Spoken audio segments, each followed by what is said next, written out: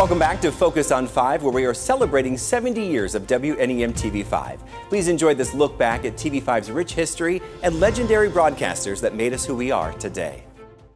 Good morning from News 5. A second fire on the tanker Jupiter raged through the night on the Saginaw River. The ship rekindled around 9:30 last night. Angela Miles joins us now from Bay City. Angie, I understand that firefighters were waiting for daybreak to do anything. So now that the sun has risen, what are they planning to do?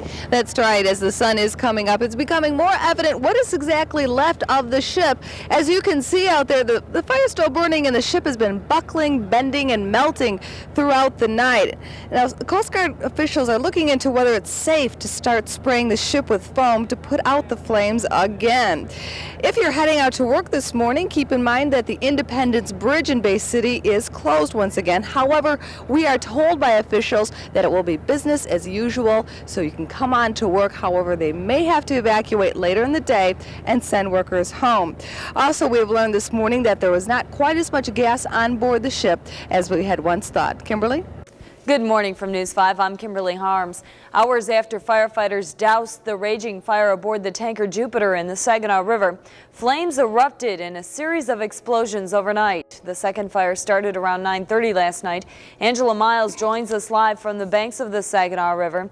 Angela, what are firefighters planning to do at this point? Well, Kimberly, we have a couple of new developments for you at this time. First of all, the Independence Bridge is now open and it's back to business as usual here in Bay City. The second development is just another explosion out here. We're getting used to those. The second development is that the Coast Guard is not planning to use foam right now. Instead, they're going to just let this fire burn itself out. There's really not too much more left to this fire. Now, right now, as you can see behind me, there are a couple of small fires out there right now. Really nothing bad enough to get people alarmed.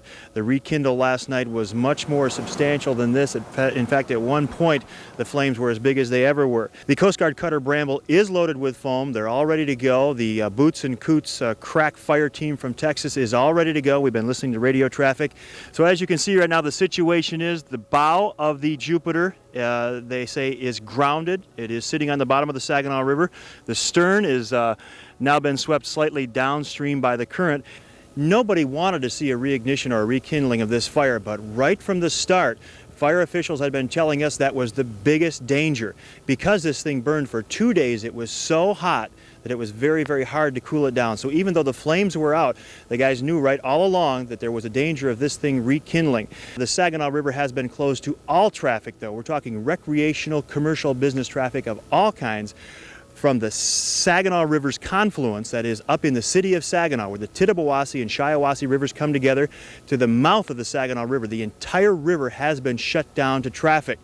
If they try to hook a tow line onto the stern of this thing and pull it out of the shipping channel to get it out of the way, the fear is that it'll fold, it'll just break in half because it's so weak from burning for so long. We could be looking at this thing in the shipping channel for a couple of weeks, even several weeks, blocking shipping channel to this area, which is very, very important at this time of year when you've got grain harvest that'll be going out of this area, stone operations coming in, salt, a lot of shipping channel, a lot of traffic on the Saginaw River shipping channel this time of year that right now is shut down and could be shut down for several weeks. Thank you for joining us for Focus on 5 as we continue to celebrate 70 years of WNEM TV5. We couldn't have achieved this milestone without you, our amazing community of viewers. So please stay tuned as we guarantee the next 70 years of TV5 is something you won't want to miss. Thank you.